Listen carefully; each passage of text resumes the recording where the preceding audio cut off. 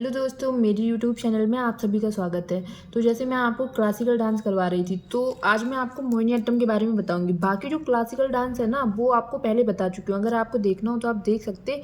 आज मैं आपको मोहिनीअट्टम बताऊंगी। तो मोहिनी मोहिनी का मतलब क्या हो गया? सुंदर स्त्री। और अट्टम अट्टम मतलब नृत्य होता है, जो मैंने आपको पहले बताया। अट्टम नट्टम जहाँ आएगा ना, तो वो नृत्य होता है। और मोहिनी का मतलब क्या हो गया? सुंदर स्त्री। तो इसकी शुरुआत कहाँ से होती है? मोहिनीअट्टम की शुरुआत ऐसा माना जाता है कि इसकी शुरुआत भगवान विष्णु से होती है।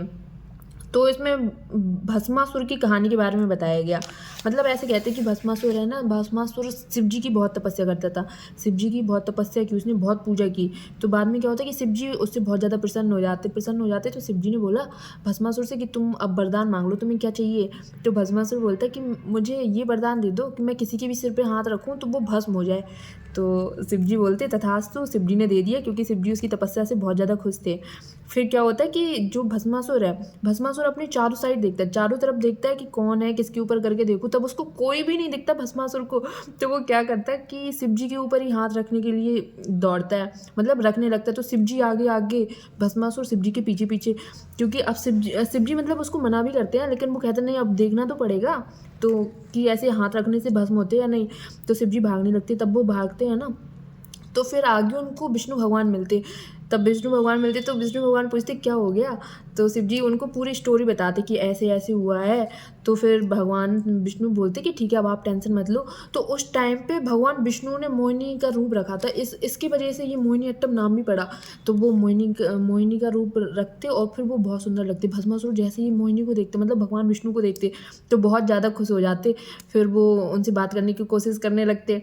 तो वो जो भगवान विष्णु होते हैं मोहिनी के रूप में, तो वो बोलते कि जैसे मैं डांस करूँगा, पहले तुम्हें वैसे डांस करना पड़ेगा, अगर तुम करोगे तो ठीक है। तो वो बोलता ठीक है, मैं डांस कर लूँगा। तो फिर भगवान विष्णु डांस करने लगते। तो वो जैसे करते, मतलब जैसे स्टेप भगवान विष्णु करते, वैसे ही भस्मासुर करता। तो लास्ट में क्या होता, वो एकदम से अपने सिर पे हाथ रख लेते भगवान विष्णु। तो जैसे वो हाथ रखते, तो भस्मासुर भी अपने सिर पे हाथ रखता और वो भस्म हो जाता।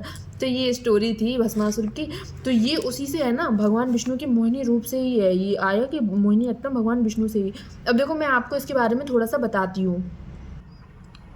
तो देखो, केवल महिलाएं यह नृत्य करती हैं। मोहिनीअट्टम केवल महिलाएं करती हैं। और बालों में चमेली के सफ़ेद फूल लगाए जाते हैं। जो वो गजरे लगाती हैं ना, वो चमेली के सफ़ेद फूल होते हैं। और फिर क्या है, श्वेत वस्त्र, मतलब सफ़ेद वस्त्र पहनकर ये नृत्य करती हैं। जो केरल की कसाबू साड़ी होती है ना, वो पहनती है इसमें, केरल की कसाबू साड़ी, ये भी याद रखना। यह नृत्य कोमलता, सुंदरता और लास्य का प्रतीक है। भगवान विष्णु के मोहिनी रूप से संबंधित है। मैंने जो अभी आपको स्टोरी बताई थी ना, तो देखो भगवान विष्णु के मोहिनी रूप से संबंधित है। इसे जादूगरनी का नृत्य भी कहते हैं, क्योंकि उन्होंने विष्णु भगवान ने ऐसा किया था ना, इसलिए इसको जादूगरनी का नृत्य भी कहा जाता है। इसमें मणिप्रबलम भाषा का प्रयोग होता है। अब मणिप्रबलम भाषा क्या है? मणिप्रबलम भाषा क्या है? मलयालम और संस्कृत, मलयालम और संस्कृत का मिक्स रूप है मणिप्रबलम। ठीक है, तो इसमें मणिप्रबलम भाषा का प्रयोग होता है। तो देखो, ब्योहारमाला ग्रंथ में मोहिनीअट्टम नृत्य का उल्लेख मिलता है। जो ब्योहारमाला ग्रंथ है ना, उसमें मोहिनीअट्टम नृत्य का उल्लेख मिलता है। अब देखो, आपसे ये भी पूछ सकते हैं कि ब्योहारमाला ग्रंथ के लेखक कौन है? तो ब्योहारमाला ग्रंथ के लेखक कौन है? मजहामंगलम नारायण नामपुत्री। ये इसके लेखक हो गए। देखो, मैं आपको लिख देती हूँ, ब्योहारमाला ग्रंथ के लेखक कौन है। तो लेखक हैं मजहामंगलम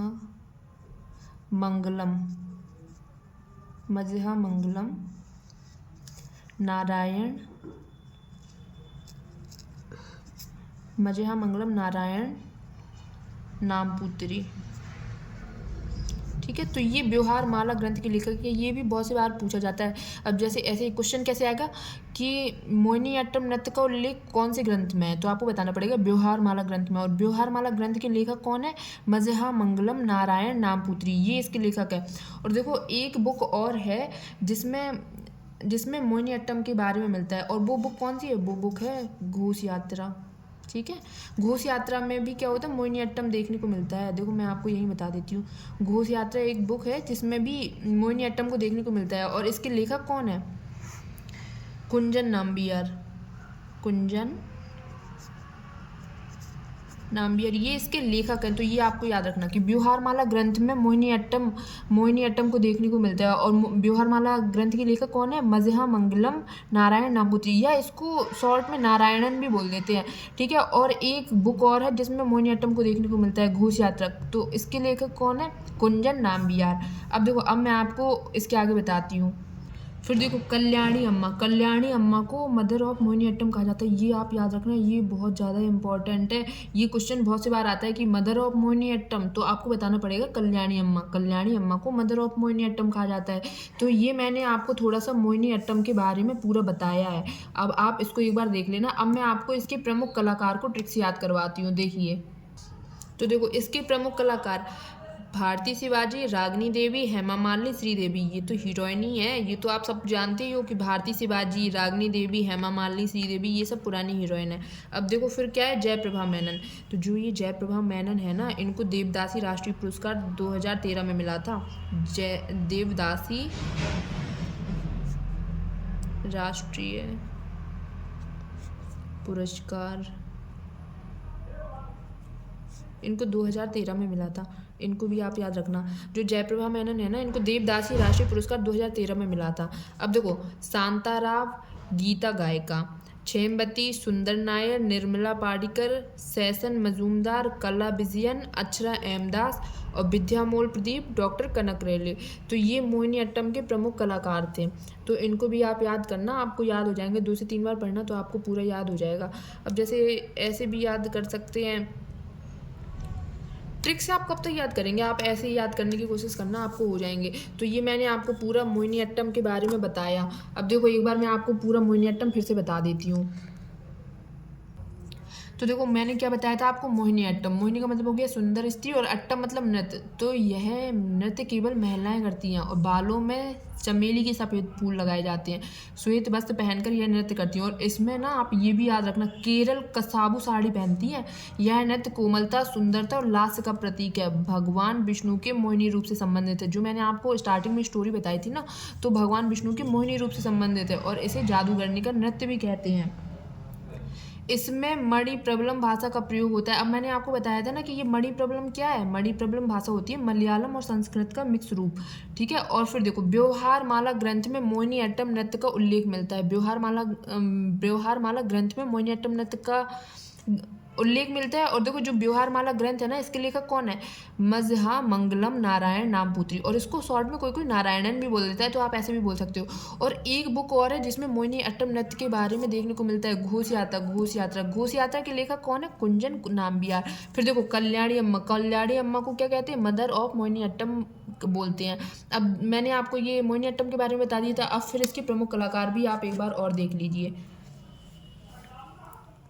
अब इसके प्रमुख कलाकार देखो, भारती शिवाजी, रागनी देवी, हेमा मालिनी और श्रीदेवी। ये तो हीरोइन ही है, ये तो आपको याद ही रहेंगी।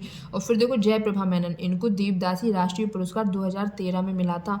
फिर देखो, शांताराव गीता गायिका, छेमवती, सुंदर नायर, निर्मला पाडिकर, सैसन मजूमदार, कला विजयन, अक्षरा एमदास, विद्यामोल प्रदीप और डॉक्टर कनक रेले। अगर आपको याद ना हो तो फिर आप ऐसे भी याद कर सकते हो। देखो, जैसे मैंने आपको थोड़ी देर पहले बताया था ना कि कल्याणी अम्मा को क्या कहा जाता है? Mother of Mohiniyattam. अगर अम्मा अगर अपनी बहू देखने जाएंगी ना, तो पता है वो कैसी लड़की को देखेंगी? जो शांत हो एकदम। कैसी हो? शांत मतलब शांताराव। गीत अच्छा गाती हो, गीत गाना आता हो उसको, गीत गायक। और ऐसी होनी चाहिए कि अगर उसको कुछ बोल दो ना, तो वो सबको क्षमा करने वाली हो। और सुंदर तो होनी ही चाहिए, सुंदर होनी चाहिए। निर्मल मन की होनी चाहिए। और देखो, कभी अगर ज़रूरत पड़ जाए तो वो मज़दूरों की तरह काम भी कर ले, ऐसी होनी चाहिए। मजूमदार। और कला, सारी कलाओं में उसने विजय पा ली हो, ऐसी हो। मतलब उसको सब कुछ आना चाहिए, ठीक है। ये हो गया। और विद्यामोल प्रदीप, उसकी विद्या में भी अच्छी होनी चाहिए। अगर वो डॉक्टर भी होगी ना, तब भी चलेगी। तो जो अम्मा है ना, तो वो अपनी बहू को ऐसे चाहती। तो आप इसको थोड़ा सा रिलेट करके याद कर सकते हैं। ये याद करवाने के लिए था। अब मैं आपको दूसरे नृत्य के बारे में बताती हूँ। तो देखो, मैंने आपको मोहिनीअट्टम पढ़ा दिया है। अब मैं आपको उसके आगे शास्त्रीय नृत्य के बारे में बताऊंगी। तो देखो, ये जो भारत का नवीनतम शास्त्रीय नृत्य, सत्रिया भारत का नवीनतम शास्त्रीय नृत्य, और ये 2000 में शामिल हुआ। कब शामिल हुआ था? ये 2000 में शामिल हुआ। ये 2000 में शामिल हुआ। और इसके संस्थापक कौन है? श्रीमंत शंकरदेव। ये बहुत ज़्यादा इंपॉर्टेंट है, इनको आप याद रखना। ये बहुत सी बार बहुत से क्वेश्चन में भी पूछा गया है कि सत्रीय नृत्य के संस्थापक कौन है? श्रीमंत शंकरदेव। तो इसके संस्थापक हो गए श्रीमंत शंकरदेव, इनको आप याद रखना। और जो ये सत्रीय नृत्य है ना, ये लगभग 500 वर्ष पुराना है। 500 वर्ष पहले, 500 वर्ष पूर्व इसकी खोज हुई थी। और जो भरतनाट्यम सबसे पुराना है, ये तो सबसे नया है, तो लगभग 500 वर्ष पहले इसकी खोज हुई थी। और जो भरतनाट्यम है वो तो 2000 वर्ष पुराना है। 2000 वर्ष पुराना भरतनाट्यम है और 500 वर्ष पुराना सत्रीय नृत्य है। अब देखो मैं आपको बताती हूँ। सत्रिया को आंकिया नाट्य के प्रदर्शन के लिए लाया गया। सत्रिया को आंकिया नाट्य के प्रदर्शन के लिए लाया गया। तो अब ये आंकिया नाट्य क्या है? अब मैं आपको आंकिया नाट्य के बारे में बताती हूँ। तो यह एक नाटक है। तो पहले इसमें सिर्फ बातें होती थी। इस जो आंकिया नाट है ना, तो ये नाटक है। पहले इसमें सिर्फ बातें होती थी। फिर श्रीमंत शंकरदेव ने ना इसे डांस के माध्यम से प्रदर्शित करवाया। जो आंकिया नाट है पहले एक नाटक था ये, फिर श्रीमंत शंकरदेव ने इसको डांस के माध्यम से प्रदर्शित करवाया। अब देखो इसमें बोरगीत संगीत का प्रयोग होता है। बोरगीत संगीत कहाँ का है? ये असम का है, क्योंकि सत्रीय नृत्य भी तो असम का है। तो बोरगीत संगीत का प्रयोग होता है। तो ये मैंने आपको सत्रीय नृत्य के बारे में बताया। अब मैं आपको इसके प्रमुख कलाकार के बारे में बताऊंगी। फिर देखो इसके प्रमुख कलाकार, तो इसके प्रमुख कलाकार देखिए, श्रीमंत शंकरदेव, इंदिरा पीपी बोहरा, गुरु जतिन स्वामी, सरोदी सैकिया। तो इसमें तो ज़्यादा है नहीं, आप इसको याद कर लेना, इतने से भी काम आपका हो जाएगा। इसमें आप 4 कर लेना, ये बहुत इंपॉर्टेंट है। तो क्या है? श्रीमंत शंकरदेव, इंदिरा पीपी बोहरा, गुरु जतिन स्वामी, सरोदी सैकिया। तो ये आपका सत्रीय नृत्य हुआ। अब मैं आपको इसकी थोड़ी सी जो क्वेश्चन है ना, मैं आपको वो करवा देती हूँ। बाकी अब सारे क्लासिकल डांस हो गए, तो मिक्स प्रैक्टिस मैं आपको करवा दूँगी एक क्लास में। अभी आप इसकी थोड़ी सी प्रैक्टिस कर लीजिए। तो देखो इसमें ये सीरियल का आया हुआ क्वेश्चन है जो मैं आपको करवा रही हूँ। ये सीरियल 2022 में आई, ये दोनों क्वेश्चन इसलिए मैंने आपके सामने रखे हैं। तो मतलब याद तो हो जाएगा, लेकिन फिर भी क्वेश्चन देखो आप कैसे पूछते हैं। बोरगीत एक संगीत रचना भारत के निम्नलिखित में से किस शास्त्रीय नृत्य में प्रयोग किया जाता है? तो ये आपको बताया, मैंने बोरगीत बताया ना कि सत्रीय नृत्य में बोरगीत का प्रयोग होता है। तो क्या हो गया ये? सत्रिया। ठीक है। फिर दूसरा देखो, सरोदी सैकिया किस भारतीय शास्त्रीय नृत्य शैली की प्रतिपादक है? अभी मैंने आपको आगे ही बताया। देखो सरोदी सैकिया, तो ये किसके हैं? सत्रिया के। तो ये हो गया। तो ये मैंने आपको दो क्वेश्चन रखे थे। अब आपको नेक्स्ट वीडियो में पूरे क्लासिकल डांस की मिक्स प्रैक्टिस करवा दूंगी। ओके, अगर आपको वीडियो पसंद आया हो तो प्लीज़ एक बार कमेंट में ज़रूर बताना और लाइक कर देना। Thank you.